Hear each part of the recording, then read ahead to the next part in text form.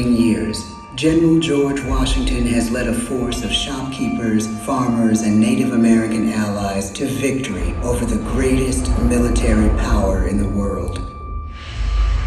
A new nation has been born, independent and free. The founders must form a national government. In 1787, through months of passionate debate, they create a written constitution. For the country's highest office, they imagine something new in the history of the world.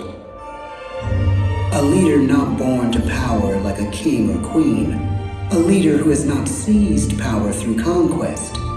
A leader not separate from the people, but elected by the people, from among the people. We, the people. This is a new idea, an American idea. The idea of a president.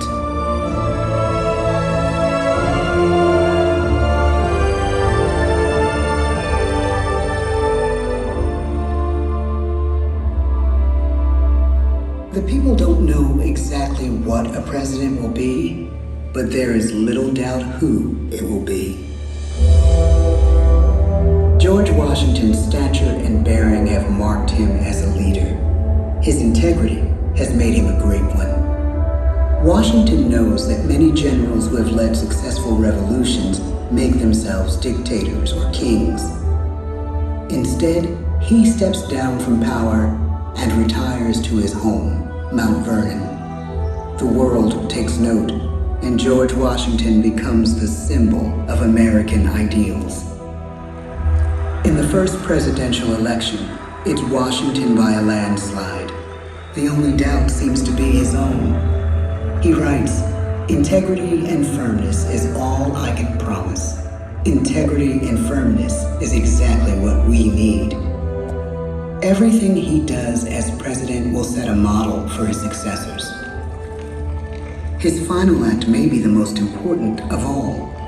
After 2 terms, with no term limit in the Constitution and amid overwhelming support to stay in office, he steps down once again and hands power back to the people.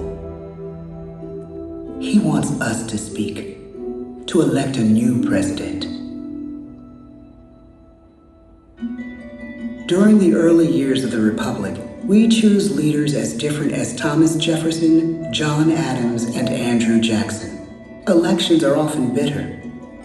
Each president stands at that fiery intersection where personal character meets the challenges of the times. Some call the presidency a glorious burden. Jefferson calls it a splendid misery. We, the people, must choose well. We elect 15 presidents before the course of history brings us to the edge of a crisis like no other. A nation born of freedom still permits slavery. As the country pushes west, will new states be slave or free? The question produces bitter conflict. The issue rocks the election of 1860 and brings Abraham Lincoln onto the national stage. The tall, lanky, some say uncouth candidate from Illinois is a master of words at a time when speeches are printed in full for people to read. A house divided against itself cannot stand, he has said. With Lincoln's election, the House does indeed divide. Civil War. 11 states secede from the Union. The war becomes a defining passage in the American story. The president's own inner strength and depth of character changed the course of history. Lincoln had come up the hard way, on the American frontier, desperately poor, with less than a year of formal schooling. His early years were scarred by tragedy, the death of his mother, his sister, his first love. He struggles with depression, but never loses his determination to rise above it. He once said he's driven by a desire to leave the world a little better place for having lived in it. The war rages. Lincoln fights to preserve the Union and end slavery. Neither is a sure thing. At Gettysburg, Pennsylvania, 6 months after one of the bloodiest battles of the war, the president dedicates a cemetery to the thousands of soldiers who died there, in words we can never forget.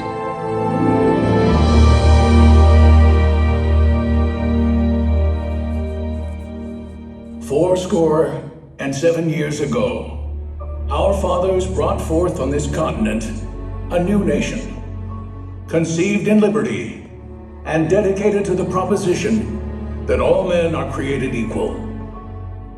Now we are engaged in a great civil war, testing whether that nation or any nation so conceived and so dedicated can long endure. We are met on a great battlefield of that war. We have come to dedicate a portion of that field as a final resting place for those who here gave their lives, that that nation might live. It is altogether fitting and proper that we should do this. But in a larger sense, we cannot dedicate, we cannot consecrate, we cannot hallow this ground. The brave men, living and dead, who struggled here, have consecrated it far above our poor power to add or detract. The world will little note, nor long remember what we say here, but it can never forget what they did here.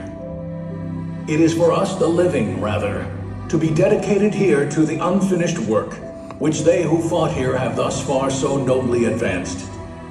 It is rather for us to be here dedicated to the great task remaining before us, that from these honored dead we take increased devotion to that cause for which they gave the last full measure of devotion. That we here highly resolve that these dead shall not have died in vain, that this nation, under God, shall have a new birth of freedom, and the government of the people, by the people, for the people, shall not perish from the earth. The blood of over 500,000 Americans is spilled in this Civil War. President Lincoln's enduring hope is to give true meaning to the sacrifices of so many, to lead us to that new birth of freedom. With the end of the war and the end of slavery, a new birth truly begins. As we roll toward the 20th century, settlers roll west on wagon wheels and railroads connect the nation coast to coast. Millions of immigrants pour in from Europe and Asia.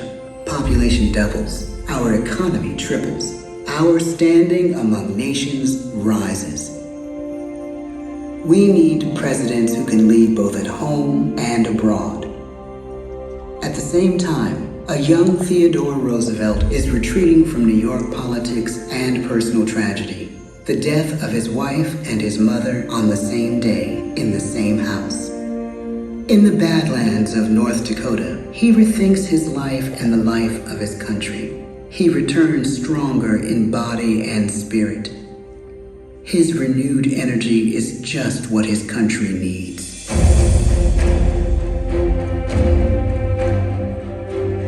American industry is booming, but social tensions are rising.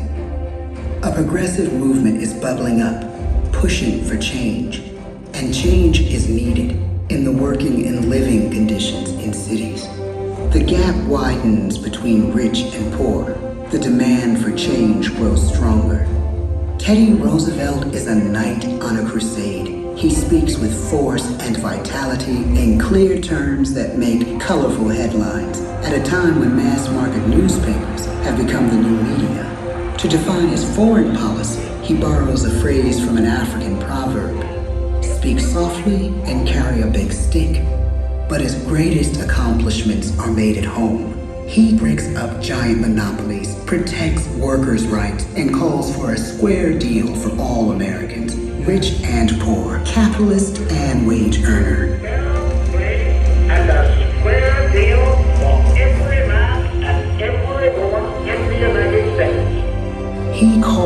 of America to be as great as the natural grandeur of its lands.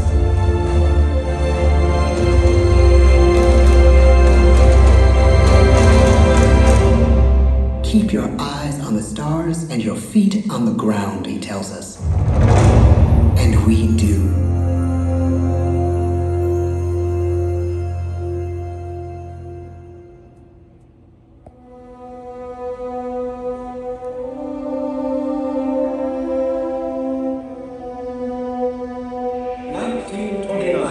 The bottom fell out of the market. 12 million unemployed. The bread lines and the soup. The results of the 1932 election now appear. When we elect our 32nd president, it is the worst of times. The course of history and the course of one president's life again shape a turning point in our national destiny. Franklin D. Roosevelt, paralyzed by polio, knows how to restore the faith of a people paralyzed by the Great Depression. I believe in practical explanations and in practical policy. He has found the inner strength his countrymen now need. He speaks to us like a friend, a neighbor. His optimism is contagious, his voice perfect for the latest breakthrough medium, radio. He calls us to believe we have nothing to fear but fear itself. And we do believe. Tonight's attacks on England are perhaps the most widespread of the war in the course of the day. But an even greater challenge dominates his final years in office. The Second World War.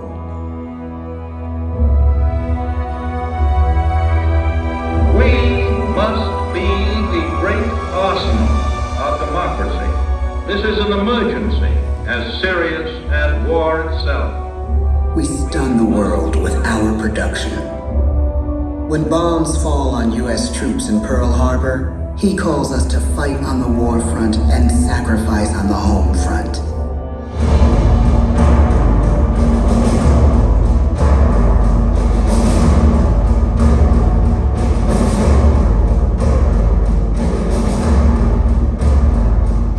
The harder the sacrifice, the more glorious the triumph.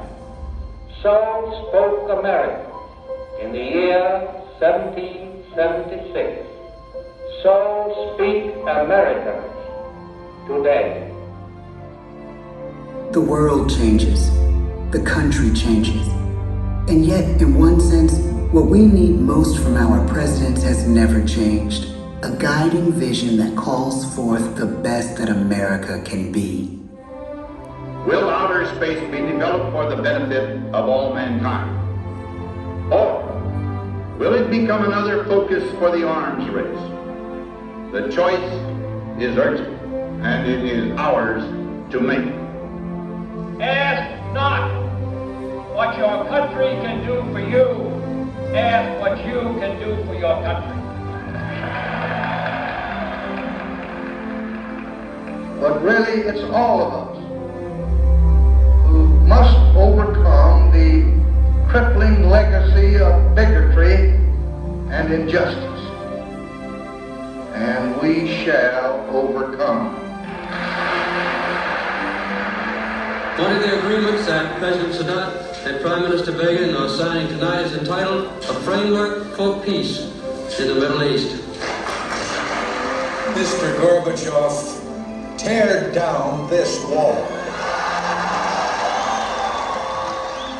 You have lost too much, but you have certainly not lost America.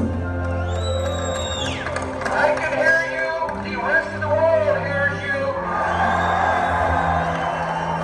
Loving this country requires the willingness to speak out for what is right, to shake up the status quo. That's America. Our presidency is no longer just an idea. It is an idea with a proud history. Ladies and gentlemen, the presidents of the United States of America.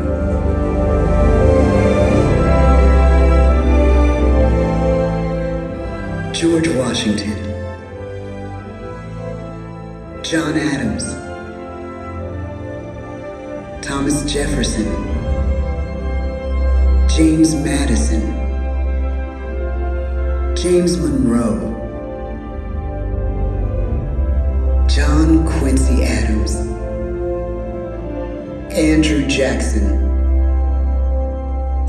Martin Van Buren, William Henry Harrison, John Tyler, James K. Polk, Zachary Taylor, Millard Fillmore, Franklin Pierce, James Buchanan, Abraham Lincoln, Andrew Johnson, Ulysses S. Grant, Rutherford B. Hayes, James A. Garfield, Chester A. Arthur, Grover Cleveland, Benjamin Harrison, William McKinley, Theodore Roosevelt, William Howard Taft, Woodrow Wilson, Warren G. Harding,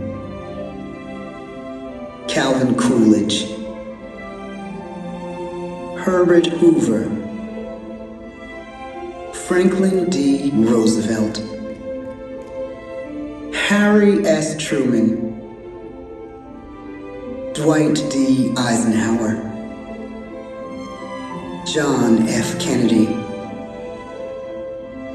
Lyndon B. Johnson, Richard M. Nixon, Gerald R. Ford, Jimmy Carter, Ronald Reagan, George Bush, Bill Clinton, George W. Bush, Barack Obama, Donald Trump.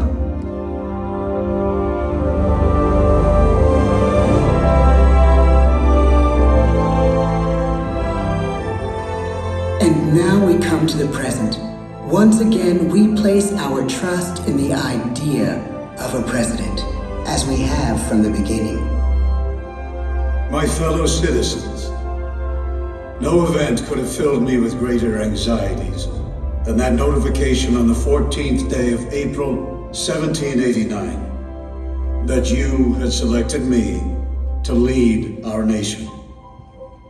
But it was with the confidence of my fellow citizens that I took an oath.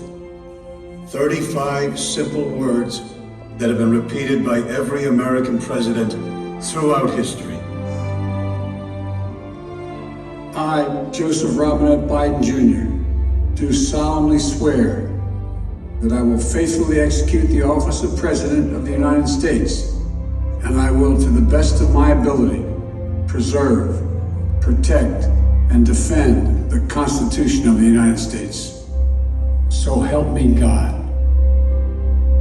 The presidency of the United States is a role unique in the world, an office entrusted to each president by us, we the people. Therein lies the genius of that new idea, now over 200 years old. A new idea our presidents have turned into a great American idea again and again.